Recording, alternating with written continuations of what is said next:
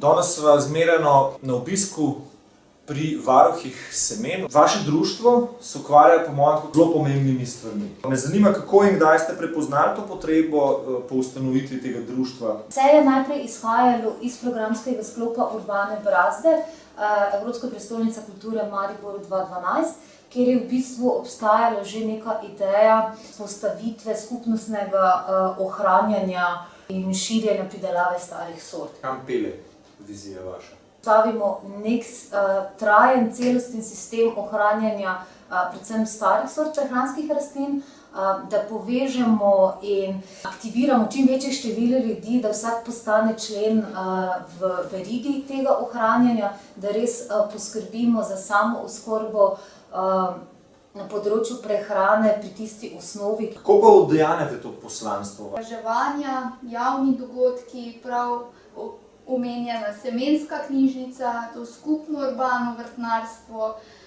Z letošnjim letom smo pričeli tudi širiti ta krog in smo vključili tudi radijsko oddajo na vrtnarskem potepu in različne te delavnice tako za otroke kot za odrasle. Kaj pa ocena stanja raznolikosti v Sloveniji in pa kako je to na globalni ravni? V Sloveniji ni stanje mogoče nič kaj drugače kot drugje po svetu. FAO, to je Food and Agriculture Organization, smo do zdaj izgubili že okrog 75 nekoč pridelovanih prehranskih rastlin.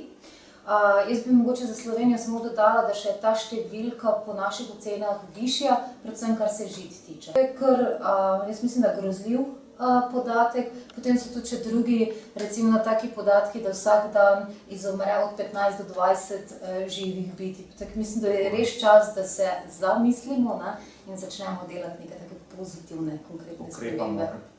Zakaj je ohranjanje teh starih sort to pomembno za nas? Te stare sorte so pomembne predvsem zaradi tega, ker so same genetsko zelo pestre in so se sposobne konec koncev prilagajati okolju, v katerih jih bomo pridelovali.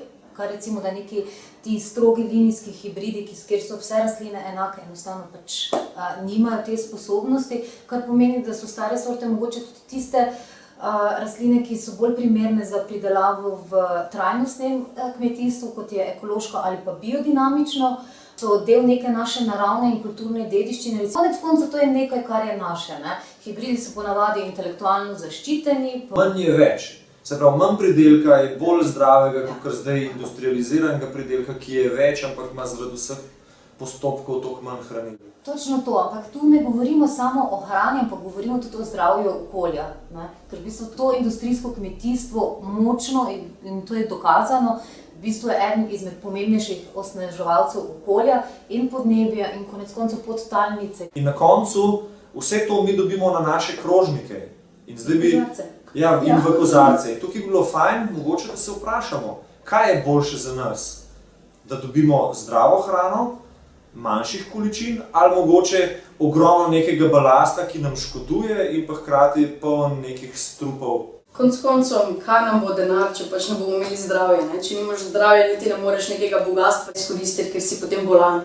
Ko si pa enkrat bolan, bi pa dal cel svet, celotno bogatstvo, da bi bil zdrav. Zdaj pa mislim, da je boljše, da to sproti za sebe skrbiš, za svoje zdravje, za svojo dušo, da lahko potem tudi mogoče uživaš. Delujmo svoja semena in vsako dejanje šteje.